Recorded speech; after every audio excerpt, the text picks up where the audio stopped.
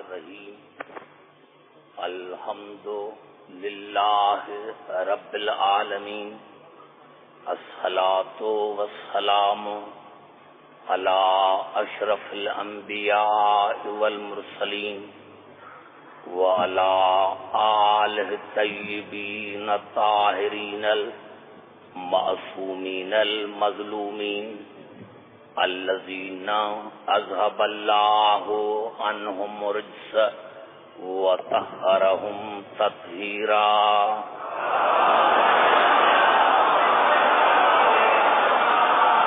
اما بعد فقد قال اللہ سبحانہ وتعالی فی محکم کتابہ المبین.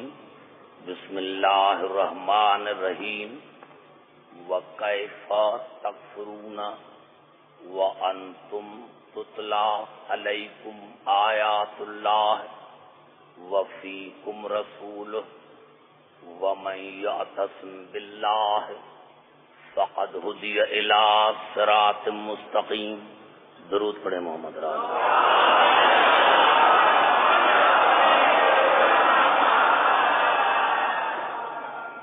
حضرات سامعین، آپ نے جو مجھے محبت اور جو میری عزت افزائی کی ہے، میں نے کل بھی کہا تھا کہ نام ایک ہے، یعنی وہی حیدرآباد ہے. میں حیدرآباد میں ایک گھر سے نکل کر دوسرے گھر میں آیا. بات یہ ہے کہ آپ نے اخبارات میں جو میرے بارے میں پڑھا ہے، یہ آپ کی شفقت اور محبت ہے. حالانکہ میں اہل زبان بھی نہیں ہوں، لیکن ہاشم بھائی نے، آپ حضرات نے جس محبت کے ساتھ مجھے بلایا ہے، پوری کوشش کروں گا کہ آپ کی سماعت کا جو معیار ہے اس پر میں پورا اتروں. اور ویسے بھی میری تقاریر پاکستان میں بھی میری کسی سیاسی پارٹی سے نہ تعلق رہا ہے اور نہ ہے. میری تمام زندگی بسر ہوئی ہے آل محمد کے ذکر میں، اور انشاءاللہ میری یہاں بھی پوری کوشش ہوگی کہ میری تقریر جو ہو، حالانکہ میں اگر حدیث پڑھوں تو اس میں کوئی جرم نہیں ہے، کیونکہ میرے امام نے نہیں کہا تھا کہ کتاب کافی ہے. لیکن میں تمام مسلمان بھائیوں کے لیے میری تقریر ہے، تو انشاءاللہ میری جتنی تقاریر ہوں گی وہ قرآن آیتوں پر مشتمل ہوگی اور تمام مسلمان بھائیوں کے لیے ہوگی. میں نے اپنے عنوان میں جو آیت رکھی ہے وہ سورۃ آل عمران کی آیت ہے جس کا نمبر 100 ہے. اس آیت میں اللہ تمام عالم انسانیت سے سوال بھی خود کر رہا ہے اور جواب بھی خود دے رہا ہے. یعنی اللہ تمام عالم انسانیت سے سوال کر رہا ہے کہ وَكَيْفَ تَكْفُرُونَ، تم کافر کیسے بن سکتے ہو؟ یہ ناممکن ہے کہ تم کافر بن سکو. اور اللہ کہہ رہا ہے مخلوق سے، تمام عالم انسانیت سے کہہ رہا ہے کہ اللہ کہ وَكَيْفَ تَكْفُرُونَ، تم کافر کیسے بن سکتے ہو؟ وَأَنْتُمْ تُتْلَى عَلَيْكُمْ آيَاتُ اللَّهِ، جب تم پر اللہ کی آیتوں کی تلاوت کی جاتی ہے. تمہیں میرا قرآن ہے، جو میرا قرآن ہے، وَفِيكُمْ رَسُولٌ، اور تم میں میرا رسول موجود ہے، تھا نہیں ہے. تم کافر کس طرح بن سکتے ہو؟ تم کافر کیسے ہو سکتے ہو؟ یہ 1400 برس پہلے ان سے آیت مخاطب تھی جو اس زمانے میں موجود تھے، اور یہ آیت آج ہم سے مخاطب ہے. اور یہ آیت جو ہے یہ قیامت تک موجود ہے.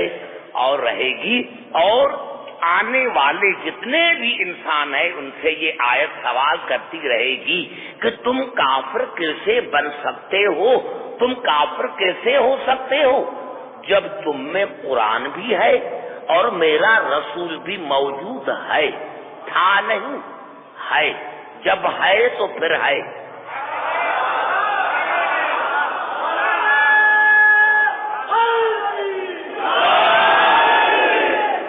تم کافر کیسے بن سکتے ہو جب تم میں قرآن بھی ہے، تم پر اللہ کی آیتوں کی تلاوت کی جاتی ہے، تم میں میرا رسول موجود ہے، تم میں میرا رسول موجود ہے۔ اور وَمَن يَعْتَصِم بِاللَّهِ فَقَدْ هُدِيَ إِلَىٰ صِرَاطٍ مُسْتَقِيمٍ، اور پھر جس نے اللہ کی رسی کو مضبوطی سے پکڑ لیا، جس نے اللہ کو پکڑ لیا، فقد ہدی الی صراط مستقیم، تو یقیناً اس کو ہدایت کی گئی صراط مستقیم کی طرف۔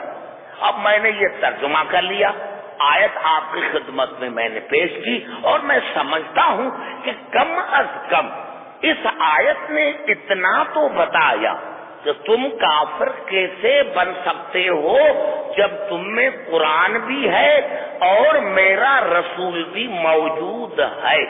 پتا چلا قرآن نے اتنا تو بتا دیا کہ جس نے بھی دونوں چیزوں میں سے ایک کو چھوڑا ہے وہاں ہمیشہ کفر کا اندیشہ رہے۔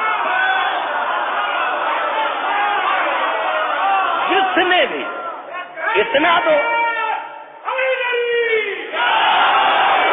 اتنا تو پتا چل گیا کہ جس نے بھی دونوں میں سے ایک کو چھوڑا تو وہاں کفر کا اندیشہ بھی رہے گا اور وہاں گمراہی بھی رہے گی۔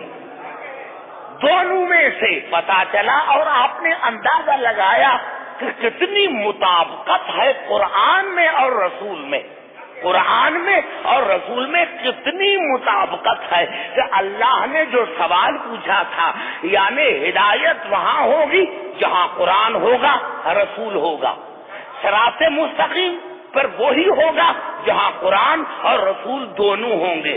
اور کتنی مطابقت ہے، میں تو کہہ رہا ہوں کہ پہلے رسول کا ذکر ہوتا بعد میں قرآن کا ذکر ہوتا تو تم کافر کیسے ہو سکتے ہو جب تم میں رسول بھی موجود ہے اور قرآن بھی موجود ہے۔ لیکن یہاں اللہ نے پہلے قرآن کا ذکر کیا، بعد میں رسول کا ذکر کیا، پہلے قرآن کا بعد میں رسول کا۔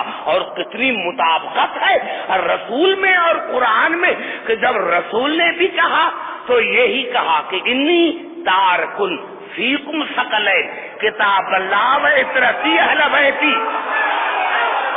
یہ تارکن اس میں فاعل ہے، تارکن اس میں فاعل ہے جو دوام پر دلالت کرتا ہے کہ میں تم میں دو ثقلین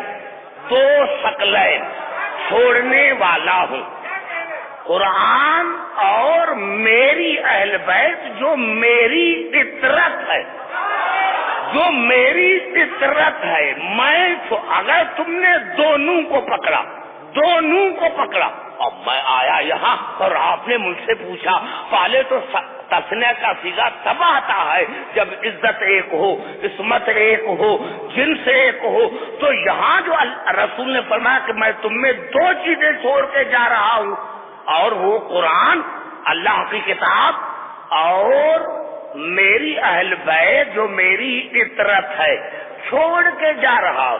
اب میں آپ سے ایک سوال پوچھ رہا ہوں کہ میں جب یہاں سے حیدرآباد دکن سے جاؤں اور میں آپ کو کہوں بھائی یہ ممبر میں یہاں چھوڑ کے جا رہا ہوں، یہ لاؤڈ اسپیکر میں یہاں چھوڑ کے جا رہا ہوں، یہ امام بارگاہ جو ہے میں یہاں چھوڑ کے جا رہا ہوں، آپ سارے کہیں گے بھائی ہاشم بھائی نے تو کہا تھا کہ عبدالحکیم پڑھا لکھا ہے، یہ تو بے وقوف ہے۔ اب عبدالحکیم کہہ رہا کہ میں لاؤڈ اسپیکر چھوڑ کے جا رہا ہوں، بھائی عبدالحکیم کی یہ ملکیت تو نہیں ہے، یہ الحکیم کو تو ملکیت نہیں ہے؟ کیا عبد الحکیم اپنے ساتھ لے کر آیا تھا کیا؟ کہہ رہا ہے کہ میں یہ لاؤڈ اسپیکر بھی یہاں چھوڑ کے جا رہا ہوں اور میں ممبر بھی چھوڑ کے جا رہا ہوں، امام بارگاہ بھی چھوڑ کے جا رہا ہوں، تو کیا عبد الحکیم پاکستان سے لے کر آئے تھے کیا؟ کہیں گے یہ تو بے وقوف ہے۔ لیکن اگر وہی عبد الحکیم اپنی گھڑی اتار کر کسی بزرگ کو دے دے تو میں یہ چھوڑ کے جا رہا ہوں، تو آپ کہیں گے کتنا اچھا تھا۔ پتا چلا چھوڑی چیز وہ جاتی ہے جو کوئی اپنے ساتھ لے کر آتا۔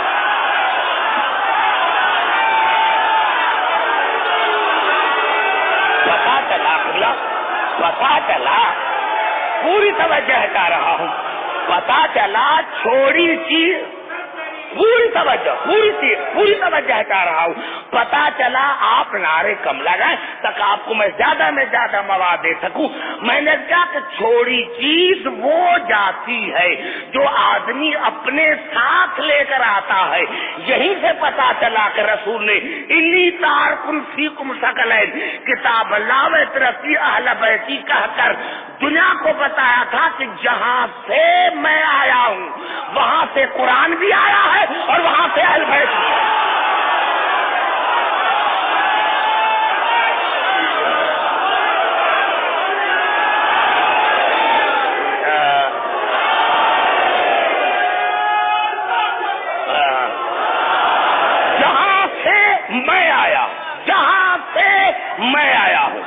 وہاں سے قرآن بھی آیا ہے اور وہاں سے اہل بیت بھی آئے، جہاں سے میں آیا ہوں۔ اب قبلہ تمام مسلمان بھائیوں کے لیے اگر آپ جو ہے میرا ساتھ دے لیکن خاموشی میں ساتھ میں 14 آیتیں پڑھ کر ایک نتیجہ نکالنا چاہتا ہوں کہ ثقلین جب کہا کر تو کم از کم جتنے میرے مسلمان بھائی ہیں ان کو اتنا تو ماننا چاہیے کہ یہ رسول جو ہے قرآن جیسا ہے، کم از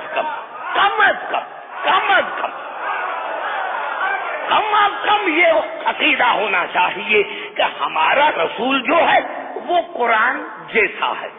اب یہ پتا چلا، یہ تو بات ہی باتیں ہیں، لیکن اب جو میں جملہ تمام مسلمان بھائیوں سے کہہ رہا ہوں، اب قرآن کیا ہے؟ آئیے قرآن سے پوچھتے ہیں کہ قرآن کیا ہے۔ تو اللہ نے سورۃ نحل میں ارشاد فرمایا وَنَزَّلْنَا عَلَيْكَ الْكِتَابَ تِبْيَانًا لِكُلِّ شَيْءٍ وَهُدًى وَرَحْمَةً وَبُشْرَىٰ لِلْمُسْلِمِينَ۔ یہ قرآن ہدایت ہے، یہ قرآن تبیان ہے، یہ قرآن رحمت ہے، یہ قرآن بشارت ہے۔ اور پھر اسی اللہ نے ارشاد فرمایا سورۃ اعراف میں ھذا بصائر من ربکم وہدی ورحمۃ لقوم یؤمنون۔ یہ قرآن عقل ہے، یہ قرآن دلیل ہے، یہ قرآن فکر ہے۔ اور اسی اللہ نے پھر ارشاد فرمایا سورۃ نساء میں لیکن اللہ یشہد بما انزل الیک انزلہ بعلمہ۔ یہ قرآن علم ہے، توجہ کر رہا ہوں، یہ قرآن علم ہے، عالم نہیں، یہ قرآن علم ہے، پوری توجہ کر رہا ہوں، یہ قرآن تبیان ہے، ہدایت ہے، بیان ہے، اور یہ قرآن بصیرت ہے، عقل ہے، دلیل ہے، فکر ہے۔ اور یہ قرآن یہ قرآن جو ہے اللہ نے فرمایا کہ دیکھو یہ جو قرآن ہے، یہ قرآن جس کو میں نے نازل کیا ہے، یہ قرآن ہدایت ہے۔ اور پھر اسی اللہ نے ارشاد فرمایا سورۃ بنی اسرائیل میں وَنُنَزِّلُ مِنَ الْقُرْآنِ مَا هُوَ شِفَاءٌ وَرَحْمَةٌ لِلْمُؤْمِنِينَ۔ یہ قرآن رحمت ہے اور یہ قرآن شفا ہے۔ شفا کی معنی ہے پیاس بجھانے والا، یعنی اگر کسی کو اولاد کی پیاس ہے تو یہ قرآن تمہیں اولاد عطا کرے گا، کسی کو دولت کی پیاس ہے تو یہ قرآن تمہیں دولت عطا کرے گا۔ پتا چلا یہ قرآن مشکل کشا ہے، یہ قرآن مشکل کشا ہے، جو مانگو یہ قرآن دیتا ہے، یہ قرآن مشکل کشا ہے۔ اور پھر اللہ نے فرمایا جس سے میں نے سورۃ نساء میں فرمایا کہ لیکن اللہ یشہد بما انزل الیک انزلہ بعلمہ، یہ قرآن علم ہے۔ اور اسی اللہ نے اسی سورۃ نساء میں ارشاد فرمایا یا ایھا الناس قد جاءکم برہان من ربکم وانزلنا الیکم نورا مبینا. یہ میرا قرآن برہان ہے، دلیل ہے، مبین ہے، نور ہے. اور پھر اللہ نے ارشاد فرمایا سورت بنی اسرائیل میں ذالک مما اوحی الیک ربک من الحکمہ. یہ قرآن حکمت ہے، حکیم نہیں. حکیم وہ ہے جو اس کو جانتا ہے. یہ قرآن حکمت ہے، یہ قرآن حکمت. اور پھر اللہ نے سورت فرقان میں ارشاد فرمایا تبارک الذی نزل الفرقان علی عبدہ لیکون للعالمین نذیرا. یہ قرآن فرق ہے، فرقان ہے، حق اور باطل کے درمیان فیصلے کرنے والا ہے. یہ قرآن پوری توجہ تمام مسلمان بھائی کے لیے، یہ قرآن فرقان ہے، حق اور باطل کے درمیان فیصلہ کرنے والا ہے. اور پھر ارشاد ہوا اسی اللہ نے قرآن کے لیے ارشاد فرمایا سورۃ طٰہٰ میں طٰہٰ ما انزلنا علیک القرآن لتشقیٰ. یہ قرآن طاہر ہے، یہ قرآن تذکرہ ہے، یہ قرآن تذکرہ ہے. اور پھر اللہ نے ارشاد فرمایا سورۃ الحجر میں انا نحن نزلنا الذکر وانا لہ لحافظون. یہ قرآن ذکر ہے. اور اسی سورۃ الحجر میں اللہ نے ارشاد فرمایا ولقد آتیناک سبعا من المثانی والقرآن العظیم. یہ میرا قرآن عظیم ہے. اور پھر اللہ نے سورۃ الزمر میں ارشاد فرمایا قرآنا عربیا غیر ذی عوج لعلہم یتقون. اگر تم متقی بننا چاہتے ہو تو پھر مان لو کہ یہ میرا قرآن بے عیب ہے. اس قرآن میں کوئی عیب نہیں ہے، اس قرآن میں کوئی عیب نہیں ہے. یہ میرا قرآن بے عیب ہے، یہ میرا قرآن بے عیب ہے. پھر سورۃ حامیم سجدہ میں ارشاد ہوا لا یاتیہ الباطل من بین یدیہ ولا من خلفہ تنزیل من حکیم حمید. اس میرے قرآن کے آگے پیچھے دائیں بائیں شیطان کا کوئی گزر نہیں، کیونکہ یہ میری موسوم کتاب ہے. یہ میری موسوم کتاب ہے، یہ میری موسوم کتاب ہے. اب میں تمام مسلمان بھائیوں سے ایک سوال پوچھنا چاہتا ہوں کہ یہ قرآن جو ہے یہ بشارت بھی ہے، یہ عقل بھی ہے، یہ فکر بھی ہے، یہ علم بھی ہے، یہ موسوم بھی ہے، یہ بے عیب بھی ہے. اب دو آیتیں جان بوجھ کر نہیں پڑھ رہا ہوں. اب میں تمام مسلمان بھائیوں سے ایک عرض کرنا چاہتا ہوں کہ جو قرآن ہے، جو قرآن ہے، ویسے رسول کو بھی تو مانو، ویسے رسول کو بھی تو مانو. جس اللہ نے کہا تھا، جس اللہ نے کہا تھا معاف کرنا 5 آیتیں اور پڑھ کر آپ کے قریب آنا چاہتا ہوں. کیونکہ میری پہلی تقریر ہے تو آپ ٹائم کا خیال نہ کرنا، کیونکہ میری تقریر بڑھ جاتی ہے. میں نے عرض کیا میرے دوستوں پورے قرآن حکیم میں لفظ 2 استعمال ہوئے، عبد عبدہ، عبد عبدہ. گھبرا تو نہیں گے میرے بھائی؟ پوری توجہ. عبد عبدہ 5. اب ان میں فرق ہے. عبد عبدہ اس کا عبد، اس کا عبد. جہاں لفظ عبد آیا ہے وہاں سے مراد طالب ہے، اور جہاں سے عبدہ آیا ہے وہاں سے مراد مطلوب ہے.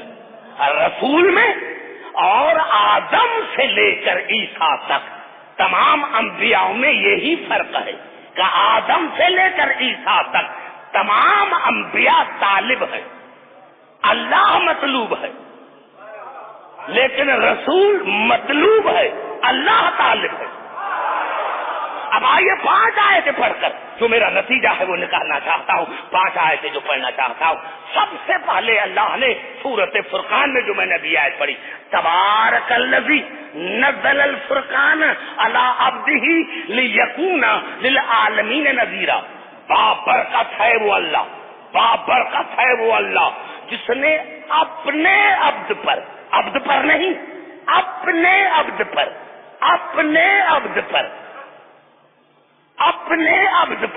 قرآن کو نازل کیا. اور وہ عبد میرا معمولی عبد نہیں ہے، وہ عالمین کا ہادی ہے. اور پھر اللہ نے جتنی آیتیں ہیں عبد ہی پورے قرآن حکیم میں اللہ نے 5 مرتبہ اپنے رسول کو عبد ہی کہا. یہ حرف جار کی وجہ سے عبد آیا.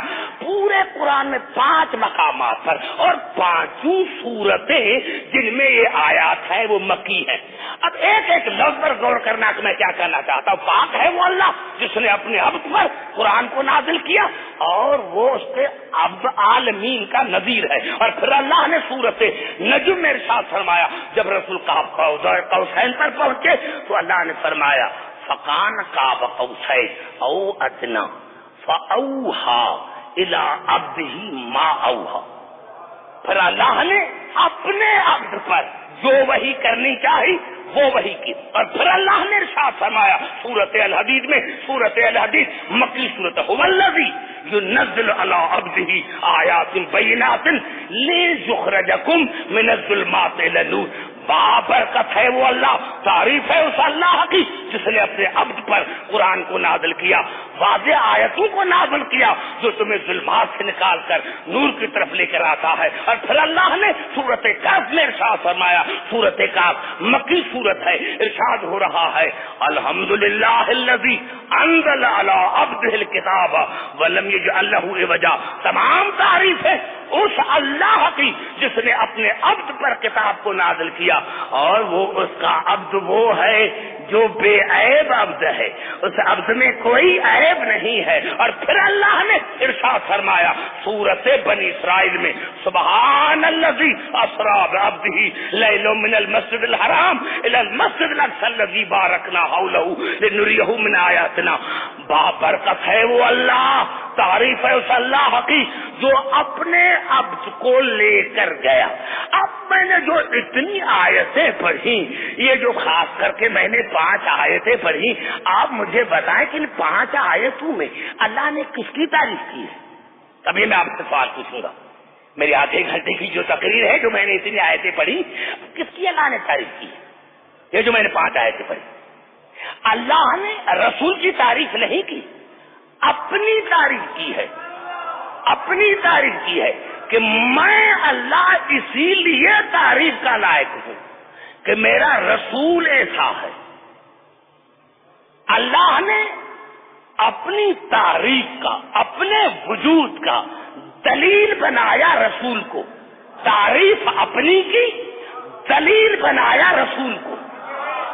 رسول نے اپنی نبوت کا دلیل اللہ کو نہیں بنایا. اللہ نے اللہ نے اللہ نے اللہ نے اللہ نے اللہ نے اپنی وحدانیت کا دلیل رسول کو بنایا کہ یہ میرا, میں اللہ تعریف کے لائق اسی لیے ہوں کہ میرا رسول ایسا ہے, میرا رسول ایسا ہے, اس میں کوئی عیب نہیں ہے, جو عالمین کا ہادی ہے, جو تم پر آیتیں سناتا ہے. اللہ نے تعریف اپنی کی اور دلیل بنایا رسول کی ذات کو. رسول نے دلیل اللہ کو کیوں نہیں بنایا, رسول نے کیوں بنایا؟ فرق کرو میرے دوستوں, میرے بزرگوں. اگر اگر اگر رسول دلیل بناتا, اگر رسول دلیل بناتا, فرق کرو. میں یہاں آیا, میں نے ہاشم بھائی سے پوچھا, ہاشم بھائی یہاں کوئی اچھی چیز ہے؟ کہا ہاں ہے, یہاں ہمارے پاس فرنیچر ایسا بنتا ہے, کارپینٹر ایسے ہے, آپ ٹیبل تو بنوا کر دیکھیں. میں نے ٹیبل بنا, کہا ٹھیک ہے. کارپینٹر کو بلایا ہاشم بھائی نے, ہاشم بھائی نے کارپینٹر سے کہا, اس نے کہا تھا پورے ہندوستان میں میرے جیسا کوئی بڑھائی ہے ہی نہیں, کوئی کارپینٹر ہے ہی نہیں. میں نے کہا مجھے ٹیبل چاہیے. اور جب وہ ٹیبل اس کو بنا کر میرے سامنے لے کر آیا, میں نے دیکھا یہ کیا ہے, یہ 3 ٹانگیں اوپر, 1 ٹانگ نیچے کیوں ہے. اب میں نے ٹیبل کو کہا ٹیبل تو خراب ہے, ٹیبل تم میں یہ عیب ہے. آپ کہیں گے کہ بے وقوف ہے. یہ ٹیبل کا عیب نہیں ہے, یہ اس کا عیب ہے جس نے اپنی صنعت کا دلیل بنایا تھا ٹیبل کو. یہ ٹیبل کا عیب نہیں ہے, یہ کارپینٹر کا عیب ہے. تو اگر رسول اپنی نبوت کا دلیل اللہ کو بناتا تو آج مسلمان ہم جیسا تھا یہاں غلطی کر گیا، ہم جیسا تھا اسی لیے یہاں غلطی کر لیا، اسی لیے اللہ نے اپنی وحدانیت کا دلیل بنایا رسول کو کہ عبد الحکیم اب اگر کوئی میرے رسول سے عیب نکالے تو سمجھنا اس بے ایمان کا میری ذات پر ایمان نہیں۔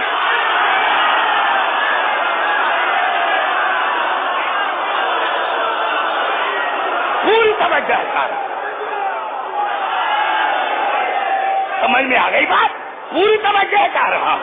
اب اگر کوئی میری رسول کے جو بھی میرے رسول سے عیب نکالے، جو بھی میری رسول کے ذات سے عیب نکالے، سمجھنا اس بے ایمان کا اللہ پر ایمان نہیں ہے۔ ارے میں نے کیا کہ خاص ارے تم کم از کم جس اللہ نے کہا تھا کہ قرآن ذکر ہے، حالانکہ آپ نے ترجمہ کہہ دیا انا نحن نزلنا الذکر وانا لہ لحافظون، ہم نے اس ذکر کو اتارا، قرآن کا لفظ تو ہے ہی نہیں، یا آپ قرآن کہاں سے لفظ لے کر آئے؟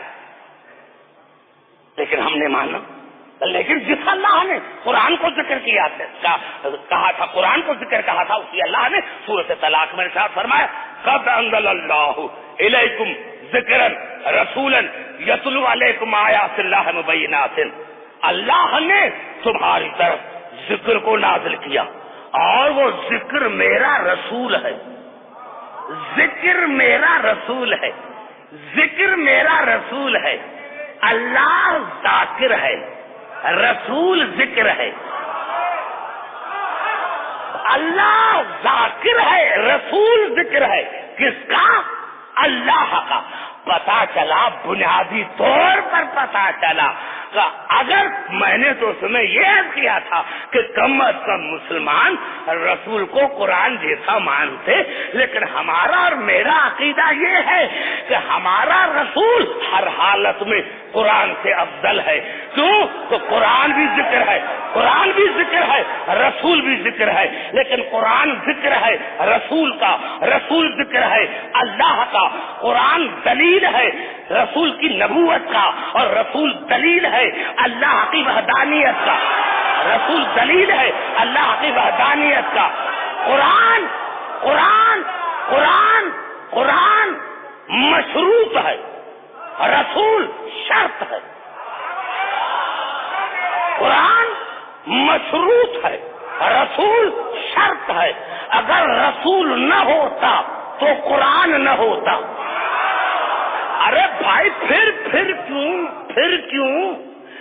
کیوں نہیں رسول کو قرآن جیسا مانتے؟ کیوں؟ لکھ دو، جہاں جائیں میں آیا ہوں، جتنے مسلمان بھائی ہیں پوری دنیا میں، ایک جملہ میرے پاس لکھوا کے لے کر آؤ کہ ہمارا رسول قرآن جیسا۔ میرا تو عقیدہ یہ ہے، اب جو آیت پڑھوں گا اور تمام مسلمان بھائی کے لیے، تو کیوں نہیں مانتے کہ ہمارا رسول قرآن جیسا ہے؟ ہمارا تو عقیدہ یہ ہے کہ رسول شرط ہے، اگر رسول نہ ہوتا قرآن نہ ہوتا۔ تو ایک جملہ لکھوا کے لے کر آؤ، یہ حضرات ہوں، یہ مذہبی فسادات ہوں، لکھ دو کہ ہمارا رسول قرآن جیسا بے عیب اور معصوم ہے، ہمارا رسول قرآن جیسا بے مثل، ہمارا رسول قرآن جیسا بے عیب اور ہمارا رسول جو ہے قرآن کی طرح معصوم ہے۔ کیوں؟ کوئی نہیں لکھ دے گا۔ کیوں؟ آئیے چلتے ہیں قرآن حکیم کی طرف۔ یہ الفاظ ابھی میں پڑھ رہا ہوں آیتیں 2، یہ آیتیں ہیں سورۃ فاطر کی۔ ارشاد ہو رہا ہے والذی اوحینا الیک من الکتاب هو الحق مصدقا لما بین یدیہ ان اللہ بعبادہ لخبیر بصیر۔ میرے حبیب، میں نے تم پر قرآن کی وحی کی، اور یہ قرآن پچھلی کتابوں کی تصدیق کرتا ہے، یہ حق ہے، حق پر نہیں، حق ہے، یہ قرآن حق ہے، اور یہ تصدیق کرتا ہے پچھلی کتابوں کی، اور میں اللہ بندوں کے راغب سے واقف۔ ثم آپ کو پتا ہے، علماء کرام موجود ہوں گے، عربی کا قانون ہے کہ جب جملے میں درمیان میں ثم آ جائے تو پھر جو بعد والا جملہ آئے گا اس پر عمل کرنا واجب ہو جائے گا۔ ثم میرے حبیب میں نے تم پر قرآن کو نازل کیا۔ وہ قرآن ہے کیا؟ وہ قرآن حق ہے، وہ قرآن مصدق ہے، مصدق نہیں مصدق ہے، جو پچھلی کتابوں کی تصدیق کرتا ہے۔ پتا چلا کہ ہم انجیل کو اسی لیے مانتے ہیں کہ قرآن نے تصدیق کی ہے، توریت کو ہم نے اسی لیے مانا ہے کہ قرآن نے تصدیق کی ہے، زبور کو ہم نے اسی لیے مانا ہے کہ قرآن نے تصدیق کی ہے۔ لیکن اللہ نے سما، لیکن میرے حبیب ایک بات یاد رکھ، میں نے قرآن پر وہی کی ہے تم پر، لیکن ایک بات یاد، ثم اورثنا الکتاب الذی اصطفینا من عبادنا، اس قرآن کے وارث ہم بنائیں گے، آپ نہیں، اس قرآن کے وارث ہم بنائیں گے۔ آپ کو نہیں حق ہے کہ اس قرآن کے وارث بنائے، اس قرآن کے وارث ہم بنائیں گے اپنے بندوں میں سے، اور وہ بندے جن کو ہم نے مصطفیٰ بنایا ہے۔ پتا چلا آج یہاں سے شرارت کا پتا چلا کہ یہ مسلمان رسول سے عیب کیوں نکالتے ہیں، یہ رسول کو قرآن جیسا بھی نہیں مانتے۔ ارے کیوں کہ جب رسول کو حق نہیں ہے کہ رسول قرآن کے وارث بنائے، جب رسول کو حق نہیں، جب رسول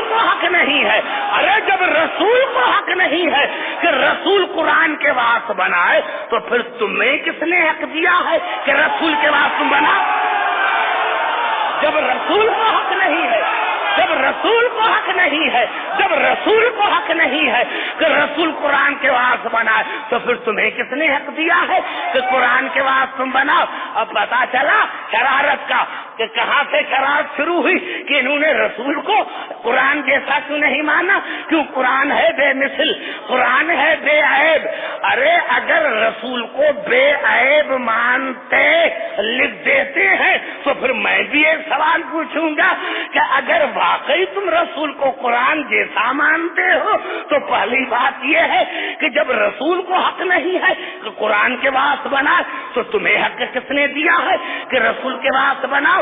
اور اگر رسول ہے قرآن جیسا، بے عیب ہے، معصوم ہے، تو پھر قانون الہی کی طرف آؤ کہ رسول کے بعد رسول کے منبر پر بھی وہ بیٹھ سکتا ہے جو رسول کی طرح بے عیب ہو۔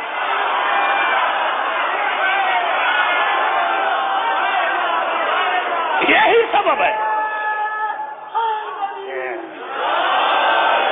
سمجھ میں آ گئی بات سمجھ میں نے کیا کہ کم از کم مسلمان رسول کو قرآن جیسا مانتے۔ اور آئیے جہاں جہاں میری آواز جا رہی ہے پھر چلتا ہوں قرآن حکیم کی طرف کہ رسول ہے کیا معاف کرنا میرے دوستوں، یہ جھگڑا علی پر نہیں ہے، حسین پر نہیں ہے، جھگڑا رسول پر ہے۔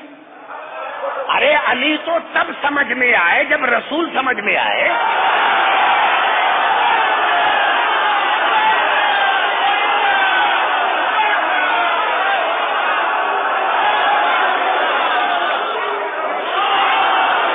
رسول علی تو سب سمجھ میں آئے، علی تو سب سمجھ میں آئے جب رسول سمجھ میں آئے۔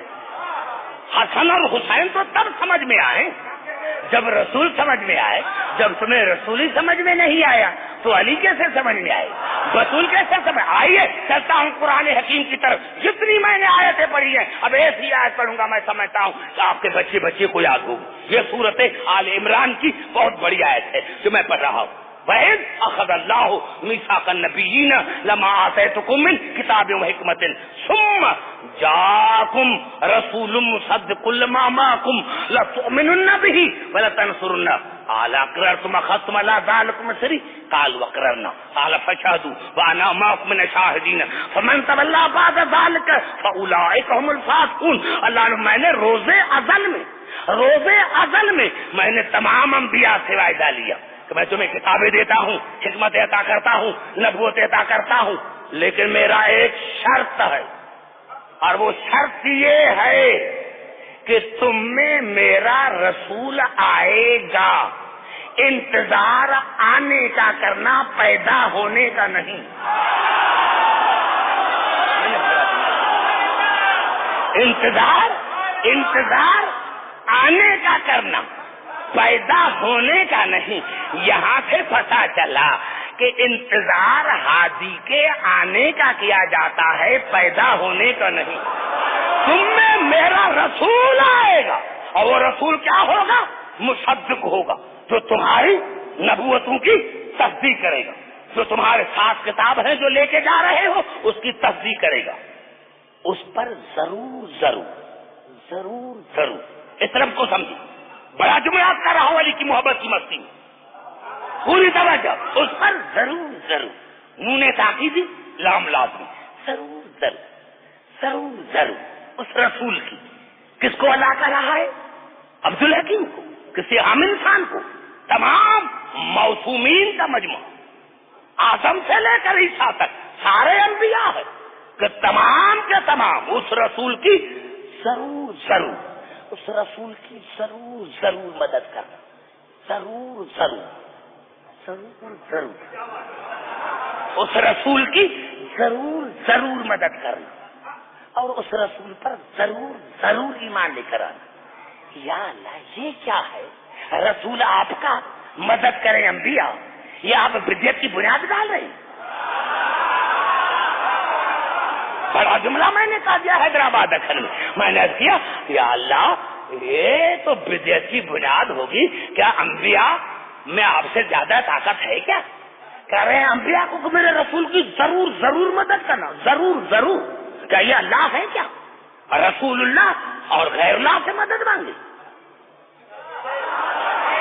پوری توجہ تھا، ایک جملے پر غور ہے کہ میں کیا کہنا چاہتا ہوں۔ ہمارا رسول اور غیر اللہ سے مدد مانگی، ضرور مدد کرنا، ضرور ایمان لے کر آنا۔ اللہ نے فرمایا دیکھو کرتے ہو اقرار، کہا ہم نے اقرار کیا۔ اللہ نے فرمایا شاہد رہنا، اور شاہدین میں سے ایک شاہد میں بھی ہوں۔ یہ بہت بڑا جملہ اگر میرے سمجھ میں آ جاتا، آپ کی سمجھ میں آ جاتا تو میں سمجھتا کہ میری تقریر جو ہے آج کی تقریر میری جو ہے کامیاب ہو گئی۔ اس پر ضرور ایمان لے کر میرے رسول پر اس کی ضرور مدد کرنا۔ پکا اقرار کرتے ہو؟ ہم نے اقرار کیا، شاہد رہنا اور شاہدین میں سے، کیا مقام ہے میرے رسول، اور شاہدین میں سے ایک میں بھی ہوں۔ پھر جو بھی پھر گیا، آپ نے اندازہ لگایا میرے نوجوانوں جو میرے سامنے بچے بیٹھے ہیں، میرے سامنے بچہ کوئی نہیں بیٹھتا، وہ بیٹھے جس کا اتنا دماغ ہو، اتنا دماغ لے کر قرآن کے بیٹھو۔ پھر اللہ نے فرمایا تم شاہد رہنا اور شاہدین میں سے ایک شاہد میں بھی ہوں۔ پھر جو بھی پھر گیا، یعنی اللہ نے اپنی ذات کو بھی ملا دیا کہ جو بھی، سر نہ ہلا میرے بھائی، سر نہیں، مجلس میں سر نہیں، عبادت میں سر کو ہلایا نہیں جاتا۔ پھر جو بھی پھر گیا تو وہ فاسق ہوگا۔ یہ ہے مقام رسول۔ یہاں سے پتا چلا کہ ہمارا رسول کیا ہے، پتا چلا جس کی مدد نہ کرنے پر، جس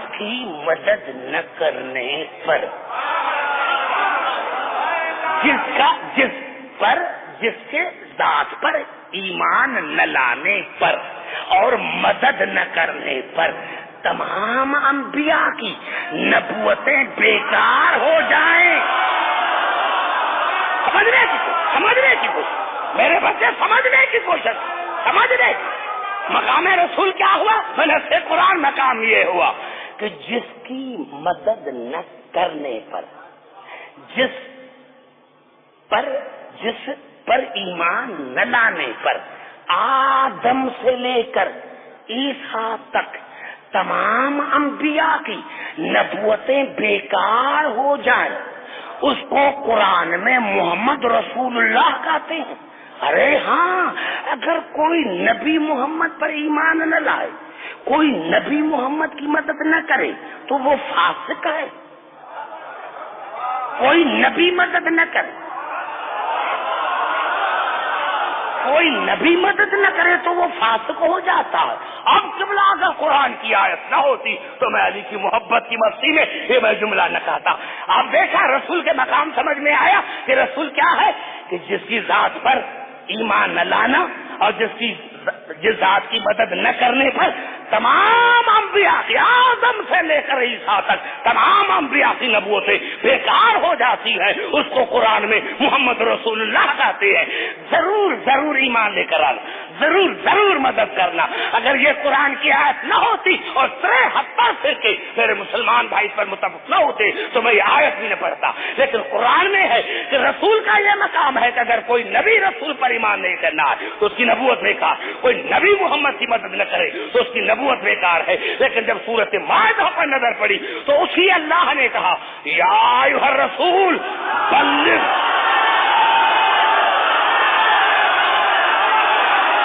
بڑا جملہ میں یا ایھا الرسول, یا ایھا الرسول. سمجھ سنے جملہ سنے کہ میں کیا کہہ رہا ہوں, جملہ سنے جہاں جہاں میری آواز آ رہی, جہاں سنے غور سے جملہ سنے. یہ جملہ میرا جملہ ہوا میں اڑ نہ جائے. جس اللہ نے کہا تھا رسول کے لیے کہ میرے رسول کا یہ مقام ہے کہ آدم سے لے کر عیسیٰ تک اگر کوئی میرے نبی پر ایمان نہیں لے کر آئے گا, مدد نہیں کرے گا تو ان کی نبوتیں بیکار ہیں. اس لیے اللہ نے رسول کو کہا یا ایھا الرسول بلغ, ابلغ نہیں, اے میرے رسول ضرور ضرور پہنچاؤ. ابلغ نہیں کہا, ضرور ضرور. یا ایھا الرسول بلغ ما انزل الیک من ربک فإن لم تفعل فما بلغت رسالتہ. پورے قرآن حکیم میں میرے سنی شیعہ بھائی, پورے قرآن حکیم میں لفظ بلغ ایک مرتبہ استعمال ہوا. بلغ فإن لم تفعل فما بلغت رسالتہ. پورے قرآن میں لفظ بلغت ایک مرتبہ استعمال ہوا. اس آیت میں میرے رسول اور علامہ اشرف الفی تھانوی نے کیا ترجمہ کیا کہ میرے رسول جو تمہارے پروردگار کی طرف سے نازل کیا گیا ہے, اگر تم نے نہیں پہنچایا تو تمہاری رسالت بیکار ہے. یہاں سے پتا چلا کہ جس کی نبوت پر ایمان نہ لانے پر اور مدد نہ کرنے پر تمام انبیاء کی نبوتیں بیکار ہو جاتی ہیں. اس کو قرآن میں محمد رسول اللہ کہتے ہیں. اور جس کی ولایت نعرہ حیدری. سنا جملہ پورا سنا,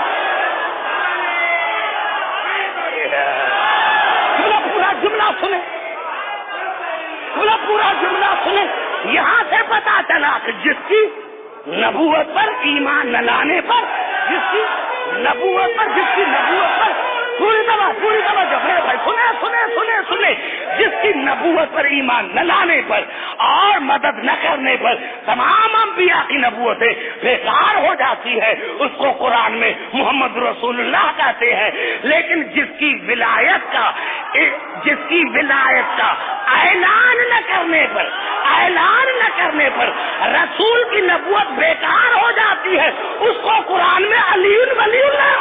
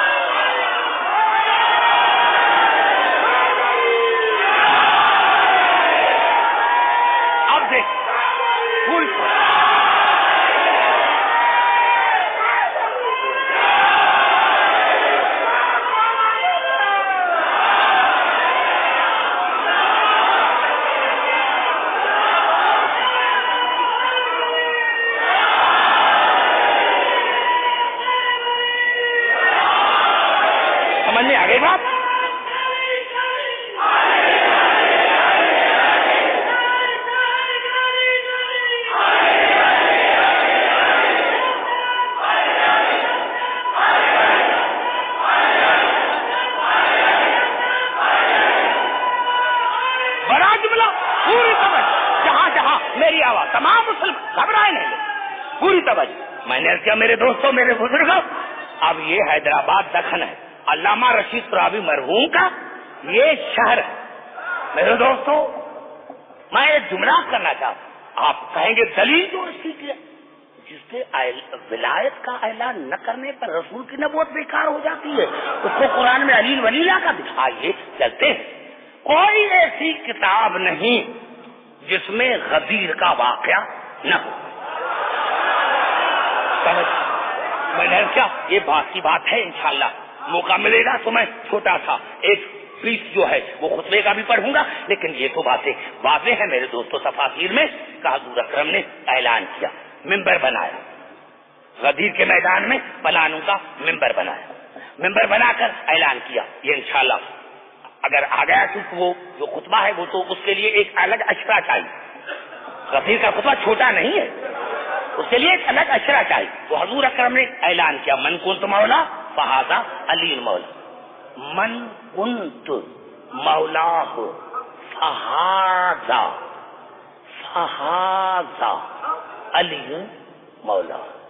اور بہت ایسی بھی کتاب ہے جس میں یہ ہے من کنت مولا فعلی المولا. کیونکہ جب سے آتی ہے تو ہاذا کی ضرورت نہیں. بڑا جملہ ہے، سمجھنے کی کوشش کرنا. میں کیا کر رہا ہوں تمام علماء حضرات، میرے تمام مسلمان بھائیوں کے لیے یہ رسول نے کیوں کہا ثقافتی تھا، یہ ہاذا کیوں کہا فوراً کے لیے بلا فصل کے لیے. من کنت مولا فعلی المولا کافی تھا. یہ ہاذا کیوں کہا ہاذا. یہ میرے دوستوں یاد رکھنا یہی سبب ہے کہ آج جو ناد علی جناب علی علیہ السلام کے قبر اطہر پر فانوس پر لکھی ہوئی ہے، تو میرے مسلمان بھائی کچھ کہتے ہیں کہ یہ جو رسول نے کہا تھا نا خیبر میں ناد علی، تو یہ اس علی کو اللہ کو پکارا تھا، اللہ کا بھی علی نام ہے، اس کو پکارا تھا، اس کو، اس علی کو نہیں، اس کو. اگر رسول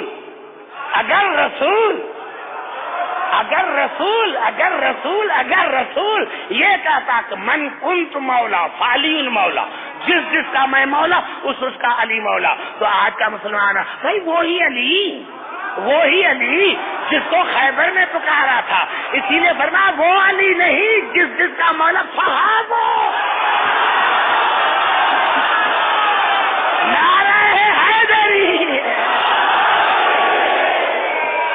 سمجھ میں آ گئی بات؟ یہ جو علی ہے، یہ علی جس کا میں مولا اس کا یہ علی مولا. اب میرا دوست جملہ ہے، اس کو کہنا نہیں چاہتا، لیکن یہ بات ہو گئی، سب نے میرے مولا علی کو مبارک دی. لیکن ایک جملہ یہ ہے، میں حیران ہوں کہ ایک تھا اونٹنی پر سوار تھا اور وہ آیا اور یہ جملہ کہا. اگر یہ آیت قرآن میں نہ ہوتی اور مسلمان اس کا تفسیر نہ کرتے تو میں کبھی نہ پڑھتا، کیونکہ میں کنٹراورشل گفتگو کا عادی نہیں. اب آیا حارث بن نعمان سہری آیا اور کہا یا رسول اللہ یہ آپ نے کہا ہے یا اللہ نے؟ تو کہا میرا کلام میرا فعل وہی ہے جو اس کا ہے، یہ میں نے نہیں کہا، اس نے کہا. اب یہ کہتا ہوا چلا اور اس کو اللہ نے قرآن میں جگہ دی سورۃ انفال میں، اللہم ان کان ھذا ھو الحق من عندک فامطر علینا حجارۃ من السماء. اے میرے پروردگار اللہ کو مان رہا ہے، رسول کا صحابی ہے. بڑا جملہ ہے. کیونکہ آج میں سمجھ گیا بس یہی ہے کافی. خطیب کے لیے ہوتی ہے کہ آپ کا جو مزاج ہے سماج کا وہ بہت بلند ہے، اسی لیے کل حقیقی طور سے میری تقریر شروع ہو جائے گی. میں نے کہا آپ کا جو سماج کا معیار ہے وہ بس سمجھ گیا. میں نے کیا کہا اللہم، یہ سورۃ انفال، اللہم ان کان ھذا ھو الحق من عندک فامطر علینا حجارۃ من السماء. اے پروردگار اگر یہ علی آپ کی طرف سے حق ہے، یہ علی آپ کی طرف سے حق ہے تو میرے اوپر پتھر کا عذاب نازل. یہ علی بڑا جملہ، گھبرائے نہیں. دیکھو جلدی جلدی 1.25 گھنٹہ گزر گیا. یہ علی پروردگار، اے میرا اے میرے پروردگار، اللہم اے میرے پروردگار. ہاتھ میں نعمان فہری اللہ کا مخالف نہیں، بڑا مباحث ہے. اے میرے پروردگار، اللہم ان کا ھذا ھو الحق من عندک فامطر علینا حجارۃ من السماء. اے میرے پروردگار، اگر یہ علی آپ کی طرف سے حق ہے تو میرے اوپر پتھروں کا عذاب نازل کر. بس یہ کہنا تھا. یا صحابہ کرام نے آسمان کی طرف دیکھا، ایک چھوٹا سا پرندہ تھا ابابیل، اس کے چونچ میں پتھر تھا. ایک ایک جملے میں میرا نقطہ ہوتا. پرندہ تھا چھوٹا، اس کی چونچ میں پتھر، حج تھا، تازے تازے بال منڈائے تھے. پوری توجہ، جہاں جہاں میرے بزرگ بیٹھے ہیں تمام حضرات کے لیے. وہ پرندے کے چونچ میں پتھر، پرندہ نیچے آیا، ٹنڈ میں پتھر لگا، آیا اونٹنی پر آیا، دونوں مر گئے. دونوں اونٹنی بھی، دونوں. بڑا جملہ پھر میں نے کہا اتنا بات دکھن جو پرندہ لے کر آیا، پرندہ ابابیل لے کر آیا، ابابیل لے کر آیا. پرندہ چونچ میں پتھر ہے، آیا دن پر لگا، ہاتھ میں نعمان فہری کی، نیچے اترا، اونٹنی کو لگا، دونوں مر گئے. میں نے عالم تسار میں سوال کیا، اے میرے پروردگار، اگر ہاتھ میں نعمان فہری علی کی ولایت کا قائل تھا، اس کو عذاب ملنا چاہیے تھا، یہ اونٹنی نے کون سا قصور کیا؟ اگر یہ جملہ میرا سمجھ میں آ جاتا تو آپ ضرور داد دیتے. لیکن آپ کا پتا ہے کہ میری روح وہاں کھڑی ہے، جہاں میری روح کھڑی، آپ کو وہاں آنا پڑے گا، آپ کو وہاں آنا پڑے گا. یا اللہ، اس نے قصور کیا تھا، یہ عذاب اونٹنی پر کیا کیوں گرا؟ اللہ نے کہا عبدالحکیم، آج میں نے تمام عالم انسانیت کو سمجھایا کہ انسان تو انسان، اگر جانور بھی علی کے مقابلے میں آئے،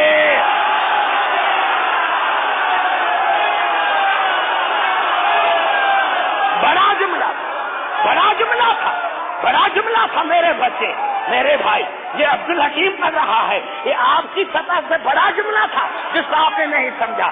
یہی سبب تھا کہ کسی جنگ میں کوئی اونٹنی پر سوار ہو کر آیا تھا تو علی نے کہا کہ اس کی ٹانگیں کاٹ دو، تو کہا مولا یہ اونٹنی جانور ہے. کہا جانور نہیں، جو میرے مقابلے میں آتا ہے وہ شیطان ہے.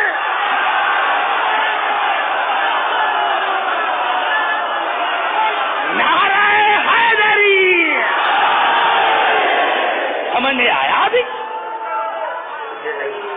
ایک بڑا جملہ آپ کر رہا ہوں، ایک بڑا جملہ تمام مسلمان بھائی کے لیے، اور وہ جملہ یہ ہے، گھبرا تو نہیں گا میرے بھائی، اور وہ جملہ یہ ہے جو میں کہنا چاہتا ہوں. گھبرائے نہیں میرے بھائی، وہ جملہ یہ ہے جو میں بھی کہنا چاہتا ہوں. یا اللہ، یہ ہاتھ میں نعمان فہری حاجی تھا، مسلمان تھا، نمازی تھا، رسول کا صحابی تھا. اس نے کون سا قصور کیا تھا؟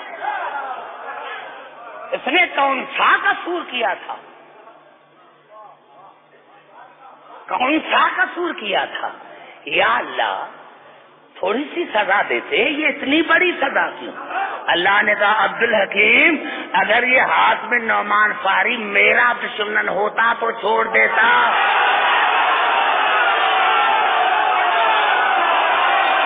پوری توجہ، اگر یہ ہاتھ میں نعمان فہری میرا دشمن ہوتا تو چھوڑ دیتا، میرے رسول کا دشمن ہوتا تو چھوڑ دیتا. یہ ہے علی کا دشمن. نعرہ حیدری.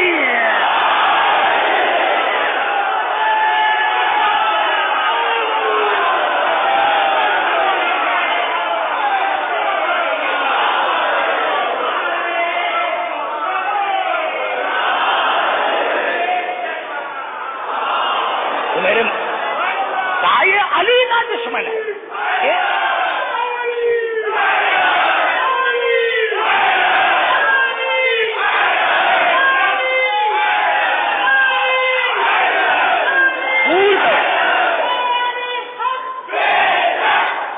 پوری توجہ. اب یہاں سے پتا چلا پوری توجہ. گھبرا تو نہیں گے میرے بھائی؟ گھبرا تو نہیں گے؟ اب میں نے کوئی حدیث نہیں پڑھی. کسی مسلمان کو تب اعتراض ہو جب میں کوئی حدیث پڑھوں. اب یہ قرآن کیا ہے. اب ٹھیک ہے پوری توجہ چاہ رہا. اب قبلہ جب وہ مر گیا اب آئے مسلمان. یا رسول اللہ کیسا بھی تھا اپنا تھا.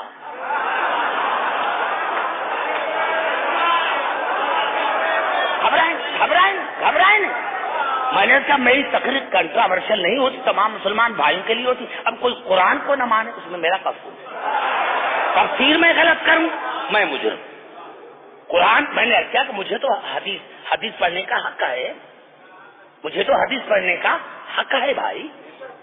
حدیث پڑھنے کا حق ہے. اور معاف کرنا میرے دوستو کیونکہ جناب سیدہ کے سلسلے میں مجالس ہے. میں تمام مسلمان بھائیوں سے پوچھنا چاہتا ہوں کیونکہ یہ بخاری شریف میں ہے. کیوں آپ حضرات سے میں پوچھنا چاہتا ہوں میں کیوں بھائی کیا مسئلہ تھا بھائی؟ آپ کہتے ہیں روتے ہیں کہ جناب سیدہ باغ صدق کے لیے گئی تھی. میرا عقیدہ یہ نہیں. کیوں گئی تھی؟ وہ بھی جو کائنات کی مالکہ ہے. وہ کیوں گئی تھی؟ دربار میں کیوں گئی تھی؟ گئی کیوں تھی دربار؟ آپ حیران ہوں گے بھی دربار میں کیوں گئی تھی. بھائی دربار میں گئی 9 آیتیں پڑھی. 9 آیت. کتنی آیتیں؟ 9 آیتیں پڑھی. 9 آیتیں پڑھی واپس آئی. کیا مقصد ہے؟ مجھے کوئی بزرگ سمجھائے تو سے جو بھی مسلمان مجھے سمجھائے. رسول کی بیٹی ہے گئی 9 آیتیں دربار میں پڑھی اور واپس آئی. کیوں؟ مقصد یہ تھا کہ عبد الحکیم میں ان کی دربار میں گئی تھی جنہوں نے کہا تھا کہ قرآن کافی ہے.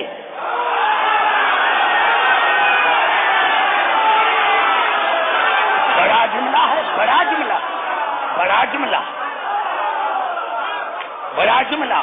عبد الحکیم میں ان کی دربار میں گئی تھی.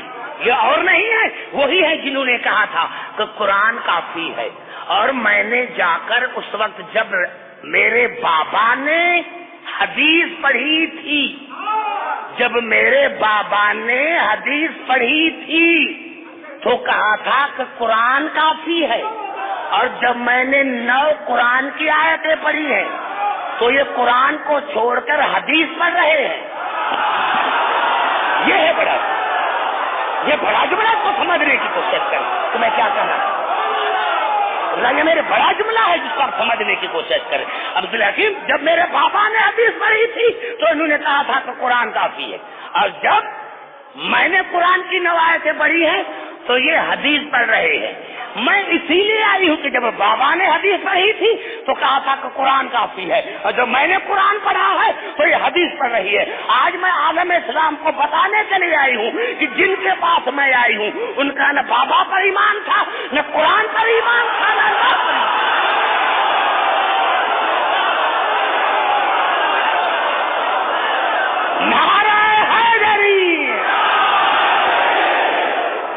سمجھ میں آ گئی بات میرے بچے؟ آ گئی بات سمجھ میں؟ اب کیا کہا مسلمانوں نے؟ ہر دور میں یہی کرتے, ہر دور میں یہی کرتے. اب آئے یا رسول اللہ جیسا بھی تھا اپنا تھا. چلو نماز تو پڑھی بات کر رہا ہوں, گھبرائے نہیں, قرآن سے پڑھ رہا. اب جیسے ہی کہا کہ یا رسول اللہ جیسا بھی تھا اپنا تھا. نماز پڑھے بس یہ کہنا تھا یا اللہ نے آیت نازل, آیتوں کی بارش ہو. اور یہ جتنی آیت پڑھ رہا ہوں سورۃ توبہ کی بلا تو صلی اللہ احد منہم مات ابدا. میرے رسول ان میں سے, یہ جو تمہارے سامنے حاجی ہیں, ان میں سے جو اس عقیدے پر مرے اس کی جنازے کی نماز نہ پڑھنا، یہ بڑا جملہ سمجھنے کی کوشش۔ ان میں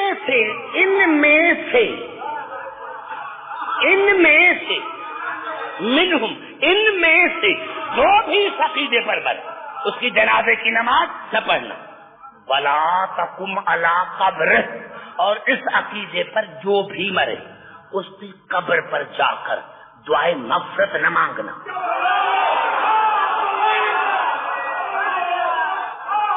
کیوں؟ انہم کفروا باللہ ورسولہ وماتوا وہم کافرون۔